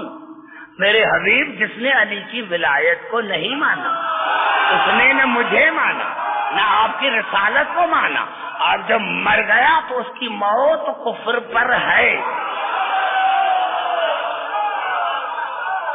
سمجھ میں آ گئی بات جو میں نے کہا تھا؟ آپ کو بات سمجھ میں آ گئی؟ میں نے کیا میرے دوستوں میرے بزرگوں کو پہلے رسول کو سمجھ میں آ گئی بات۔ اب دیکھیں کہ بہت ٹائم گزر گیا، 1 گھنٹہ گزر گیا ہے، اگر ایک بات اور چلا جاؤں گا تو 2 گھنٹے کی پھر ضرورت سمجھ جائے۔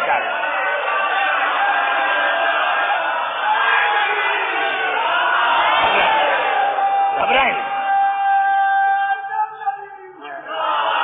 سمجھ میں آ گئی بات؟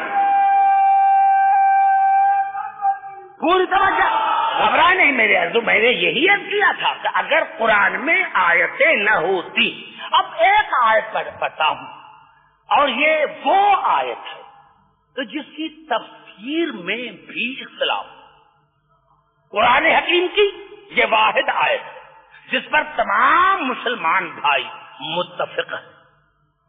گھبرا تو نہیں گے میرے بھائی؟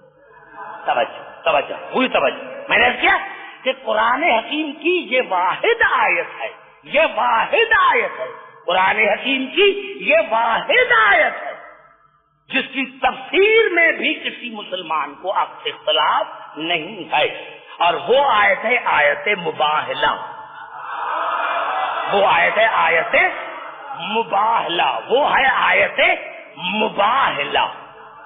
اور قبلہ الفاظ کیا ہیں قرآن کے؟ اب آئیے توجہ، جہاں جہاں آواز آ رہی ہے جو میں نے عرض کیا جس پر میری گفتگو ہو رہی ہے، کیا ہے آواز؟ فمن حاجک فی من بعد ما جاءک من العلم۔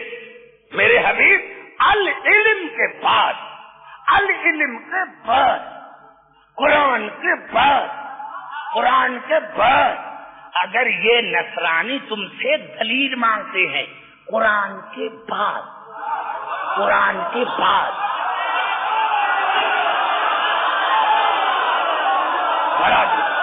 قرآن کے بعد، قرآن کے بعد، فمن حاجک فی من بعد ما جاءک من العلم، قرآن کے بعد، قرآن کے بعد اگر یہ نصرانی تم سے دلیل مانگتے ہیں قرآن کے بعد۔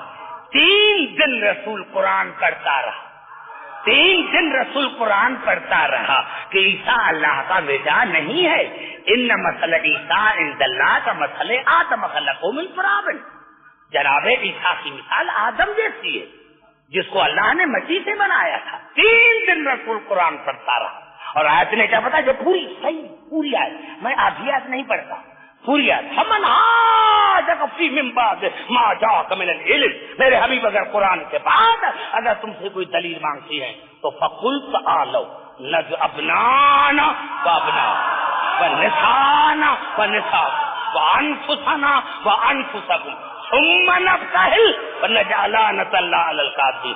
تو تم ان کو کہہ دو 3 دن قرآن پڑھا، کہا قرآن پڑھنے کے بعد بھی نہیں مانتے تو ان کو کہا دو تم اپنے بیٹے لے کر آؤ، ہم اپنے بیٹے، تم اپنی نساء ہم اپنی نساء، تم اپنے نفوس ہم اپنے نفوس، اور پھر ان کو پیش کرتے ہیں اللہ کی بارگاہ میں, اور جو اللہ کی بارگاہ میں جھوٹا نکلے اس پر اللہ کی لعنت.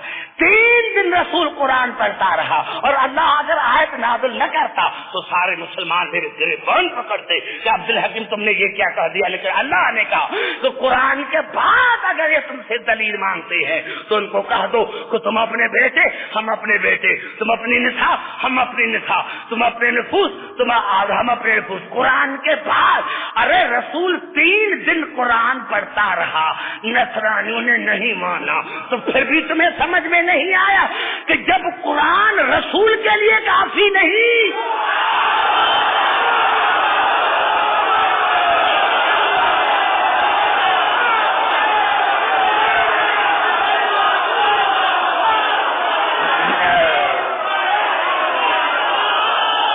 پھر بھی تمہیں سمجھ میں نہیں ہے کہ 3 دن رسول قرآن پڑھتا رہا,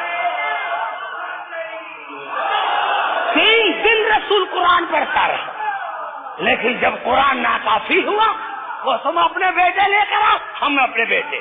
کتنی وسعت ہے الفاظوں میں, میرے تمام پڑھے لکھے مؤذن میں کتنی وسعت ہے. ابنانا جتنے بیٹے, اگر الف لام ہوتا تو کہتے کہ الف لام مار سے کیا, اب جتنے بیٹے نساء, جتنی نساء. آپ قبلہ یہ نساء جو لفظ ہے یہ قرآن میں 3 معنوں میں استعمال ہوا لفظ. یا نساء النبی, اے نبی کی بیویاں, بڑا جملہ پھر کھا گئے میرا, اے نبی کی بیویاں. نساء میں بیویاں شامل ہے, یذبحون ابناءکم ویستحیون نساءکم. یہاں نساء کی معنی بیٹی ہے, نساء کی معنی ماں ہے. اب دیکھو کتنی وسعت ہے کہ میرے رسول جتنی بیویاں ہیں ان کو لے کر آؤ, جتنی بیٹیاں ہیں ان کو لے کر آؤ, اگر ماں ہو تو اس کو لے کر آؤ. اور 73 فرقے ہیں کہ رسول صرف اور صرف, اور جس وقت یہ مباہلہ ہوا تو رسول کے پاس رسول کی کم از کم 9 بیویاں زندہ تھیں, 9 بیویاں. رسول کے 9 حرم زندہ تھے, لیکن قرآن شاہد ہے, تفاسیر شاہد ہے کہ رسول نے اپنے گھر سے ایک کو بھی نہیں لیا اور علی کے گھر سے ایک کو بھی نہیں چھوڑا.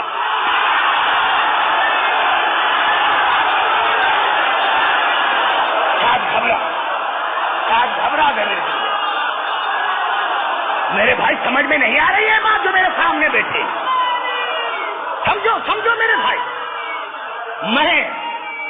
میں بولنے والوں کو آگے نہیں بٹھاتا, میں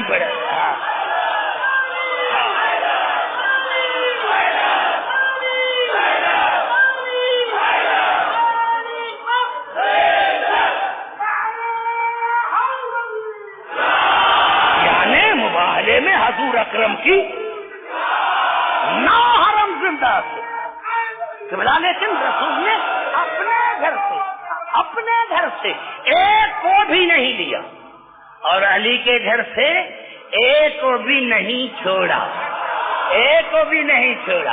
اور میں نے عالم تصور میں ابنا کی جگہ پر حسن اور حسین, نساء کی جگہ پر بطول, نفس کی جگہ پر علی, جتنی کتابیں ہیں مجھے کوئی دکھائے, جتنی تفاسیر مجھے کوئی دکھائے, میں مذہب چھوڑ دوں, خطابت چھوڑ دوں. ابنا کی جگہ پر حسن حسین, نساء کی جگہ پر بطول, نفس کی جگہ پر علی. اب کتنا عجیب انداز ہے, میں کیا کہوں, کوئی ایک کتاب ہوتی, علماء میرے سامنے موجود ہے, کوئی ایک کتاب ہوتی تو میں کسی کتاب کا حوالہ لے دیتا, لیکن رسول چلے کیسے تھے. احتضن الحسین, حسین کو گودی پر تھا. احتضن الحسین واخذ بید الحسن, حسن کی انگلی پکڑی. وفاطمہ تمشی خلفہ, فاطمہ رسول کے پیچھے. وعلی یمشی خلفہ، اور علی فاطمہ کے پیچھے، آگے رسول، آگے رسول، ایک ایک بیٹا گود پر، ایک بیٹے کی انگلی پکڑی، پیچھے فاطمہ، پیچھے علی۔ یا اللہ، یہ عجیب منظر ہے، مجھے سمجھ میں نہیں آتا، شوہر اور بیوی کے پیچھے۔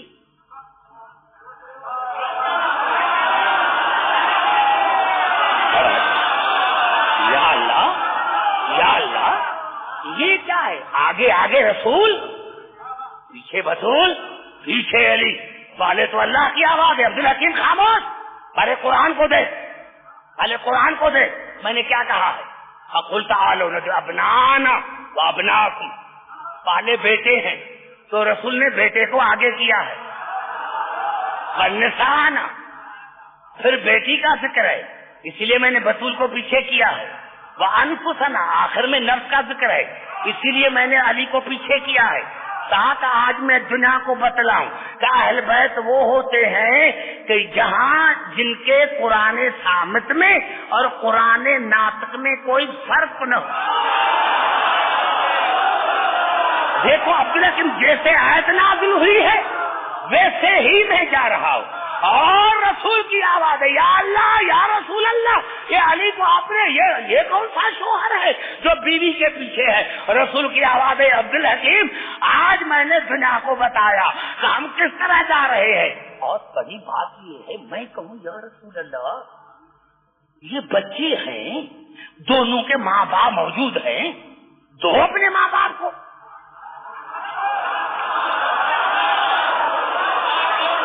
تو اپنے ماں باپ کو، یہ بچے ہیں، ماں بھی موجود ہے، باپ بھی موجود ہے، دو باپ کو دو بچہ، دو بیٹی کو دو بچہ، کیا آپ نے دونوں بچوں کو ایک کو گود پر اٹھایا، دوسری کو انگلی میں؟ رسول کی آواز ہے، عبدالحکیم، تجھے مسلمانوں کے مزاج کا پتہ نہیں، اگر یہ بچے ماں باپ کے پاس ہوتے تو کل آپ کو مسلمان کہیں گے، ارے یہ بچے ہوتے ہیں جہاں ماں باپ جاتے ہیں وہاں ضد کرتے ہیں، بچے ہیں تو جہاں ماں باپ جاتا ہے وہاں بچے بھی ضد کرتے ہیں، تو کہیں گے کہ یہ ماں باپ کی وجہ، اسی لیے میں نے ان کو الگ کیا ہے کہ مباہلے میں جو میرا مقام ہے وہی ان کا مقام، بڑا جملہ ہے یہ، جو میرا مقام ہے وہ ان بچوں کا مقام ہے، مباہلے میں جو میرا مقام ہے وہی بطول کا مقام ہے، وہی علی کا مقام ہے۔ اور اسی طرح میں نے آگے ہو کر بطول کو درمیان میں لا کر، علی کو پیچھے لا کر عالم انسانیت کو بتایا کہ جب دنیا آگے سے دیکھے تو اس کی نظر نبوت پر پڑے، اور جب پیچھے سے دیکھے تو امامت پر پڑے۔ بڑا جملہ ہے، گھبرائے نہیں میرے بھائی، میرے سنی شیعہ بھائی، بڑا جملہ کر رہا ہوں، دیکھو اللہ کی مشیت، دیکھو آگے نبوت ہے، درمیان میں فاطمہ ہے، پیچھے علی ہے۔ رسول نے بتایا آگے جب نظر پڑے تو نبوت پر نظر پڑے، پیچھے سے نظر پڑے تو امامت پر نظر پڑے، اور اگر درمیان سے بطول نکل جائے تو نہ نبوت کا پتہ چلے گا نہ امامت کا۔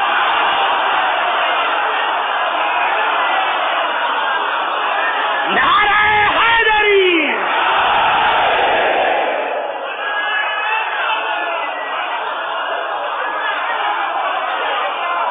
سمجھ میں آ گئی بات؟ سمجھ میں آ گیا؟ جہاں میں آج کا آخری میرا جملہ یہ، آج کا میرا آخری جملہ یہ، میں نے کہا میرے دوستو، کوئی ضرورت نہیں، تمام 73 بھائی، 73 فرقے متفق، جب رسول چلے اور وہاں گئے تو کیا کہا، میدان مباہلے میں گئے تو جو پادری تھی انہوں نے کہا ان باہلنا بقومہ باہلنا، ان باہلنا بقومہ باہلنا فإنہ لیس نبیا، اگر رسول اپنے اصحابوں کو لے کر آئے تو مباہلہ کرنا اور سمجھنا یہ سچا نبی نہیں۔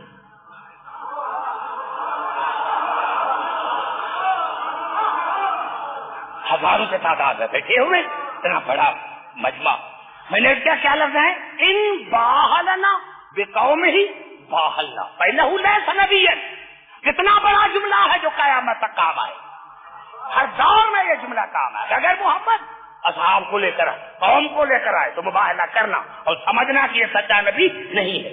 وَإِن بَاهَلَنَا بِأَهْلِ بَيْتِ خَاصَةً فَلَا نُبَاهِلْ فَإِنَّهُ لَا يَقْدُمُ إِلَىٰ أَهْلِ بَيْتِهِ إِلَّا وَهُوَ صَادِقٌ.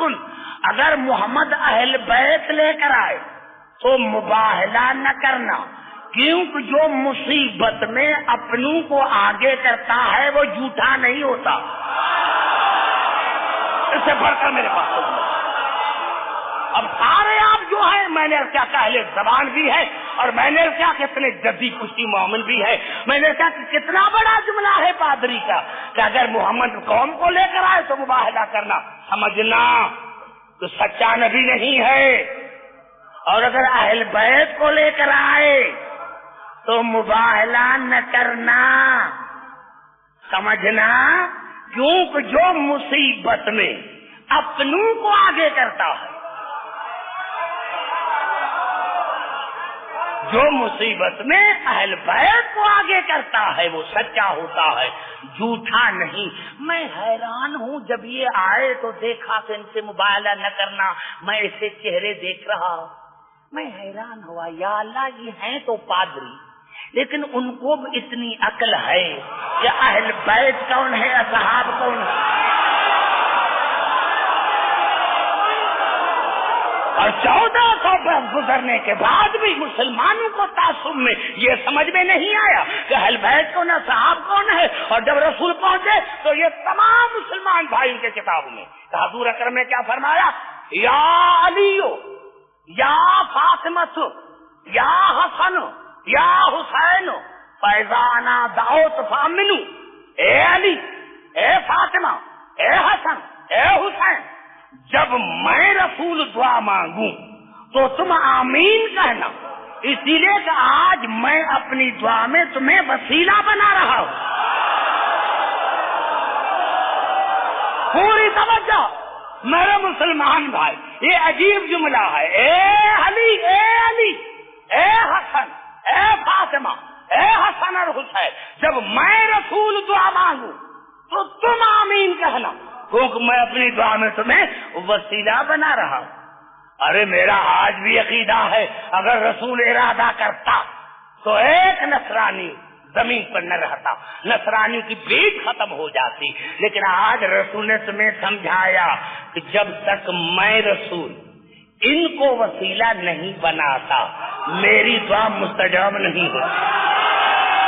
ارے ابھی جو پوری دنیا میں مسلمان پوری دنیا میں جو ذلیل ہو رہے ہیں، یہ اسی لیے ذلیل ہو رہے ہیں کہ اللہ نے کہا کہ میں تو رسول کی بھی دعا مستجاب نہیں کرتا جب تک علی کو، فاطمہ اور حسن حسین کو وسیلہ نہیں بناتے، تو میں تمہاری دعائیں کیسے مستجاب کروں؟ نعرہ حیدری.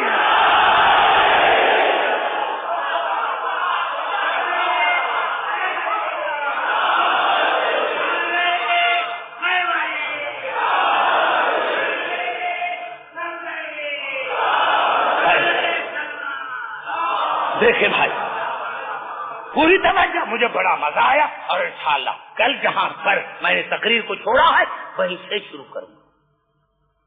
پتہ چلا قرآن کافی نہیں ہے جب تک ان کے وارث نہ ہو. اور کل انشاءاللہ دعوت فکر آپ کو دوں گا، اور انشاءاللہ جو کر تعصب کی عین کی اتار کر مسلمان سمجھے. تو میں سمجھتا ہوں کہ دین اتنا مشکل نہیں ہے جتنا مسلمانوں نے دین کو مشکل بنایا ہے. کیونکہ دیکھو میں نے اتنی آیتیں پڑھی، کتنی آیتیں میں نے پڑھی. کبھی اللہ نے کہا کہ یہ قرآن نور ہے، اللہ نے یہ قرآن نور ہے.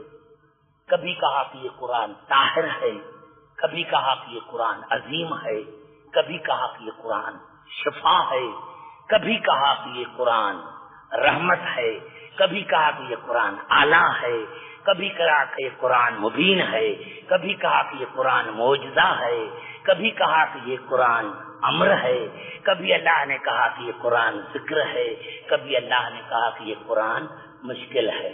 تو کبھی اگر یہ 12 لفظ ہیں، اگر یہ لفظ 12 سمجھ میں آ جائے، یہ جو اضافتیں ہیں،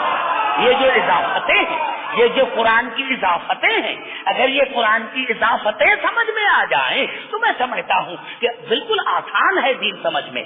تو میرے دوستو یہاں سے پتا چلا کہ یہ قرآن کی اضافتیں ہیں۔ قرآن نور ہے، طاہر ہے، شفا ہے، مبین ہے، اعلیٰ ہے، اور یہ قرآن ذکر ہے، یہ قرآن امر ہے، رحمت ہے، مبین ہے، مشکل ہے۔ تو اللہ نے کہا لیکن اس لیے تو میں نے کہا تھا کہ فَاسْأَلُوا أَهْلَ الذِّكْرِ إِن كُنتُمْ لَا تَعْلَمُونَ، اگر تم لا تعلمون ہو تو اہل ذکر ہے۔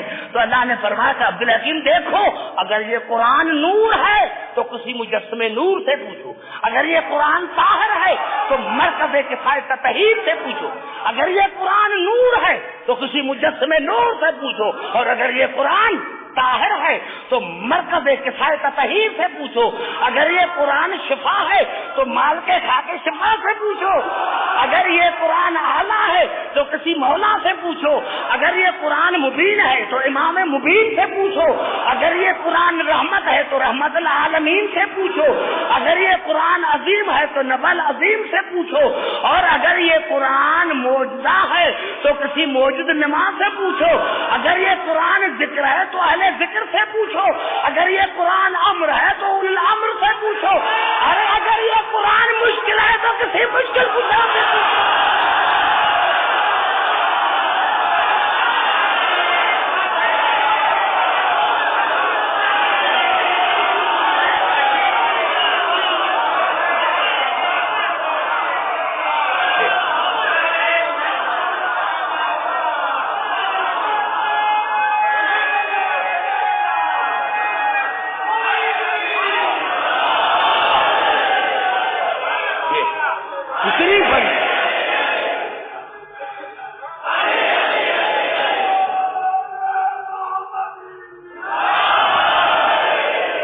سمجھ میں آ گئی بات آپ کو؟ میں نے کیا میں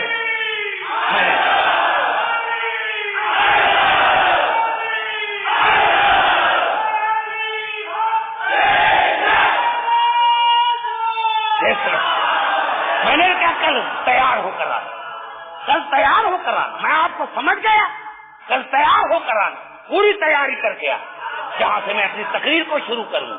میرے دوستوں، میرے بزرگوں، کتنے خوش قسمت ہیں، یعنی پنکھے بھی چل رہے ہیں، آپ دیکھ رہے ہیں، کیونکہ ہمیشہ چاہے 25 آدمی ہو چاہے 50 لاکھ ہو، یہ حسین کی مجلس ہے، یہ غریبوں کی مجلس ہے، یہ سیاسی جلسہ نہیں ہے۔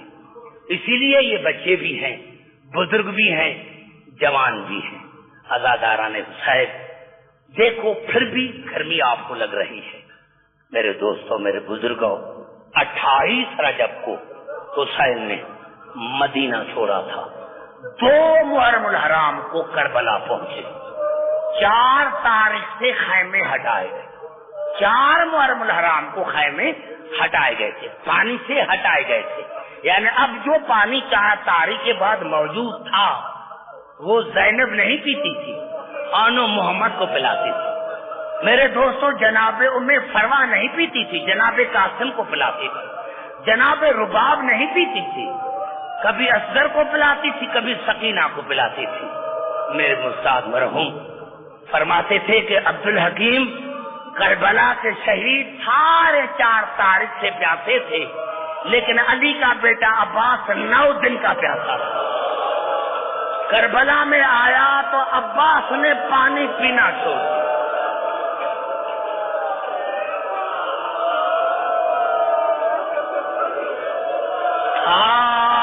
نوجوانوں،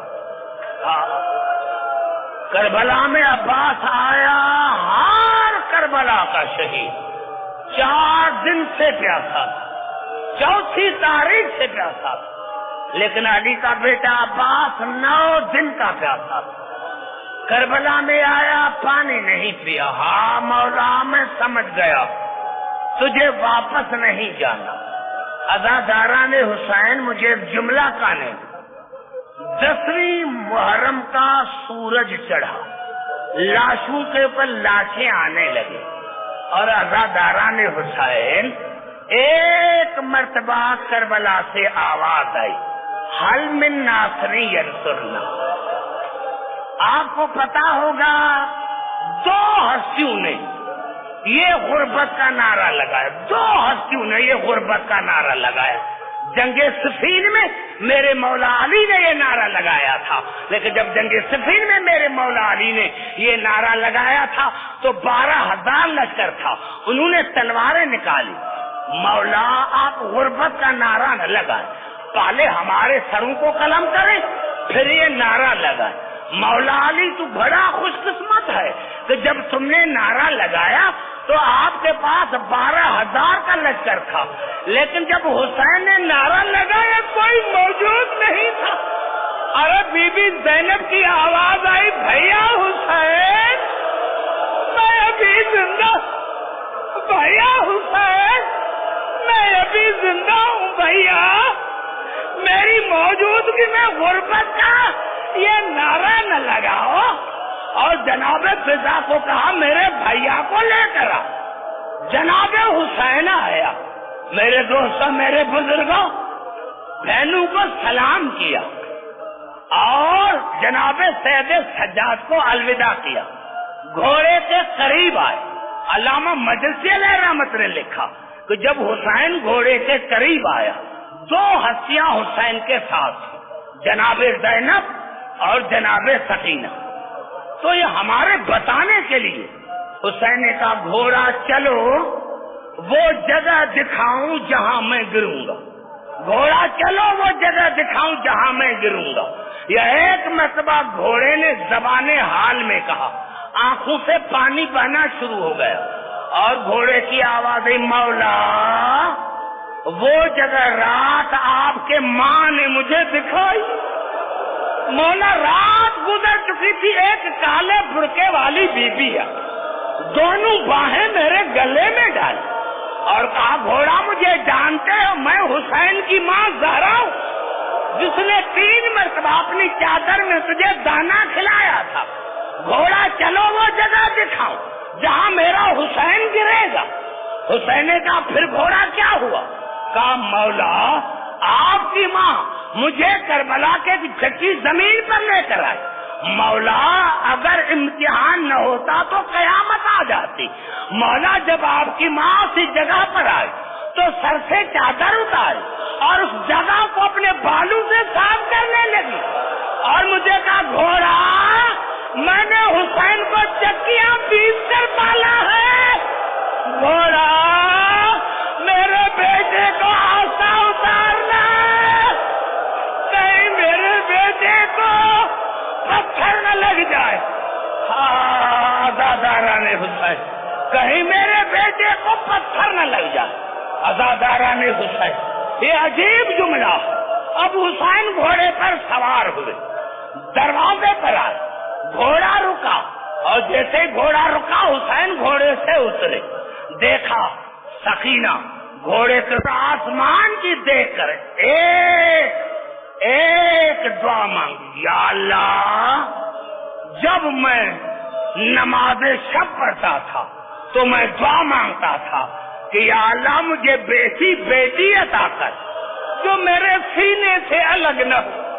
یا اللہ یہ سکینہ میری دعاؤں کا نتیجہ، آج تیری محبت میں اس سکینہ کو چھوڑ کے جا رہا اور کہا سکینہ بیٹے جاؤ جاؤ، سکینہ بیٹے جاؤ۔ بیٹا سکینہ آج کے بعد بھیا سے ضد نہ کرنا، جہاں کہے وہاں سو جانا، جنگل میں کہے سو جانا، اور آج کے بعد اپنے امی کے ساتھ سونا۔ تو کہا بابا امی کے ساتھ تو بھیا اصغر سوتا ہے، میں تو آپ کے ساتھ سوتی ہوں۔ تو کہا بیٹا آج کے بعد قیامت تک اصغر میرے ساتھ سوئے گا، تو ماں کے ساتھ سونا۔ عزاداران حسین، رب کعبہ کی قسم اور رب کعبہ کی قسم، کسی نے میرے دوستوں میرے بزرگوں یزید نے شمر سے پوچھا تھا، شمر تو نے جو حسین کو قتل کیا کیسے قتل کیا؟ کہا یزید میں بڑا ظالم ہوں، میں نے حسین کو بڑی بے دردی سے قتل کیا۔ یزید جب کوئی حسین کے پاس نہیں گیا تو عمر بن سعد نے مجھے کہا، اور جب میں گیا تو بطول کا بیٹا سجدے میں تھا۔ کہا جیسے میں نے خنجر نکالا میں نے دیکھا 4 سال کی بچی دوڑتی ہوئی ہے، اپنی گردن کو حسین کی گردن پر رکھا اور کہا شمر میں حسین کی بیٹی سکینہ ہوں، میں حسین کی بیٹی سکینہ ہوں۔ تو یزید نے کہا شمر پھر تو نے کیا کیا؟ کہا میں نے بچی کو کہا کہ بچی جاؤ ورنہ میں تمہیں بھیجوں گا۔ یزید نے کہا پھر تو نے کیا کیا؟ کہا جب میں نے بچی کو کہا کہ جاتی ہو یا میں تمہیں بھیجوں، تو بچی نے کہا یزید پہلے مجھے قتل کرو پھر میرے بابا کو قتل کرو۔ سادہ تو گئے، سادہ تو بس یہ کہنا تھا کہ پہلے مجھے قتل کرو پھر میرے بابا کو قتل کرو۔ یزید نے کہا شمر پھر تو نے کیا کیا؟ کہا میں نے بڑا ظلم کیا، میں نے 4 سال کی بچی کے بالوں میں ہاتھ ڈالا، اور قبلہ جو قبری میں ہے میں وہ نہیں پڑھوں گا تو کہیں بطول ناراض نہ ہو جائے۔ تو کہا پھر کیا ہوا؟ کہا میں نے بچی کو جب بالوں میں ہاتھ ڈال کر اوپر کیا تو کہا کہ میں نے ایسے پھینکا کہ میں نے دیکھا کہ 3 مرتبہ سکینہ گر کر پھر اٹھی، گر کر پھر اٹھی، گر کر پھر اٹھی، اور کہا جو بچی کا بس نہ چلا تو کربلا کے میدان میں دوڑنے لگی، ہے کوئی میرے بابا کو بچانے والا؟ ہے کوئی میرے بابا کو بچانے والا؟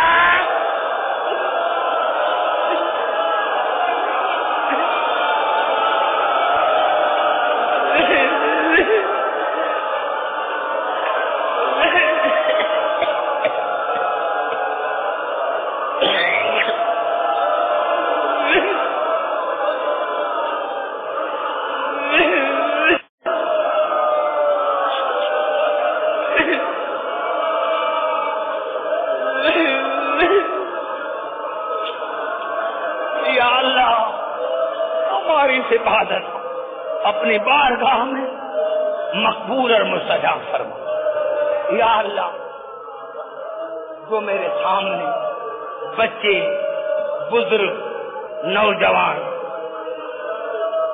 ان کو بڑی زندگی عطا فرما۔ یا اللہ ان کا سایہ اپنے بچوں پر، اپنی قوم پر دیر تک دائم اور قائم رہے۔ یا اللہ تجھے واسطہ ہے محمد علی محمد کی عظمت کا، جو مومن بیمار ہیں ان کو شفاء کاملہ عاجلہ عطا فرما۔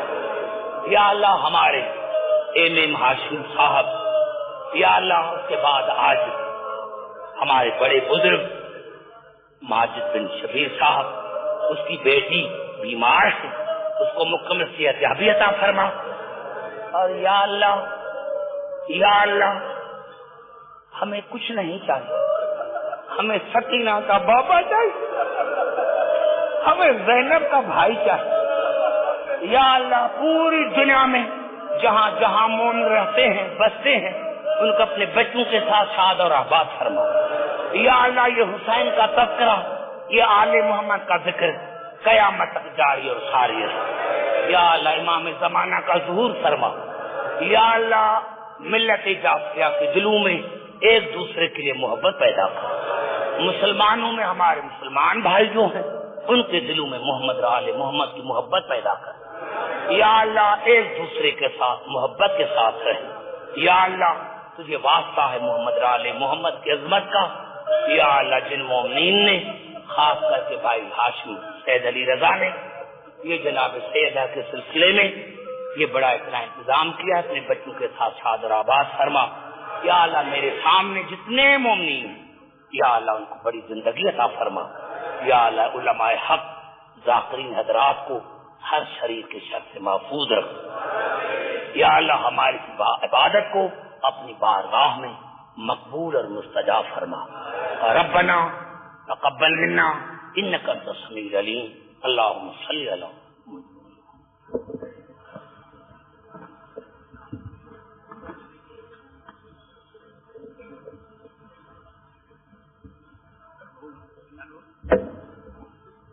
واویلا